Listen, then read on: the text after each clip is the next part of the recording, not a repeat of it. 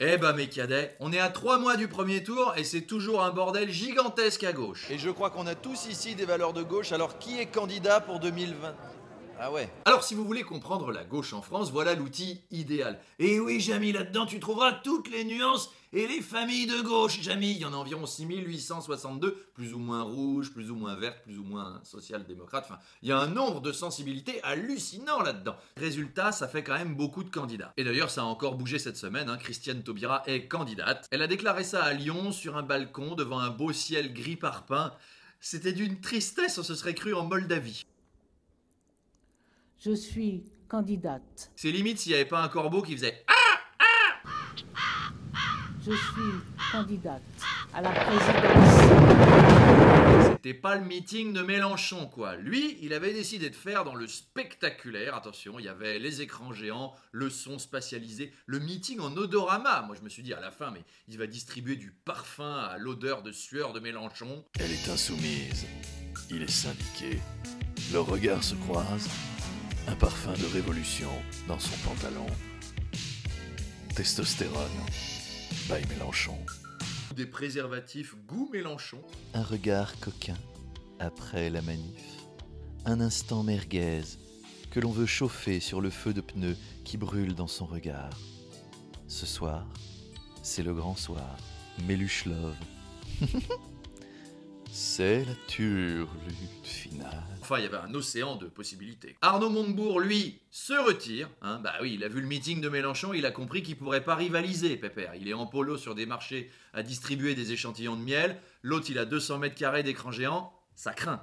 Les meetings de Mélenchon, il sentait la mer. La campagne de Montebourg, elle sentait la marée basse, juste. Et immersif aussi, mais c'est un autre genre. Mais enfin, avec tout ça, on reste quand même à 142 candidatures à gauche pour 38 électeurs à peu près. Non, je déconne, pas à ce point-là. Mais enfin, Poutou, Artaud, Roussel, Mélenchon, Jadot, Hidalgo, Taubira, ça en fait quand même 7 pour se partager 25% des voix. Et encore, t'as des électeurs de gauche qui se retrouvent dans aucun des 7. Alors pour eux, il y a une primaire populaire, c'est-à-dire une primaire organisée par des citoyens spontanément, avec comme candidats quelques-uns de ceux dont on vient de parler, plus quelques autres en bonus, par exemple Charlotte Marchandise, dont je n'ai jamais entendu parler, ou Pierre Larutourou, un député socialiste qui a fait une grève de la faim pour l'union de la gauche.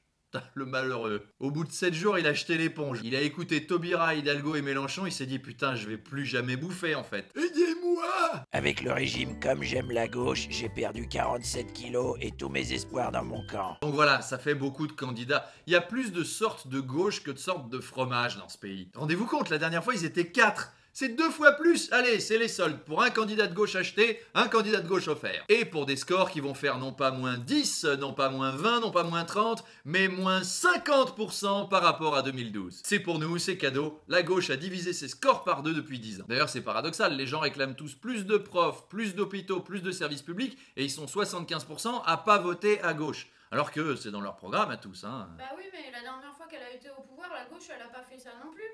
Elle a trahi tous ceux qui avaient voté pour elle. Bah oui, mais c'est pas la seule à mentir à ses électeurs, enfin. Oui, mais on y avait tous cru. Oh bah mon petit chat, mais faut pas pleurer. Bah oui, mais on a besoin de force équilibrée dans ce pays. Oh mon petit lapin, viens, on va faire un câlin. Ça va pas? Allez, ciao.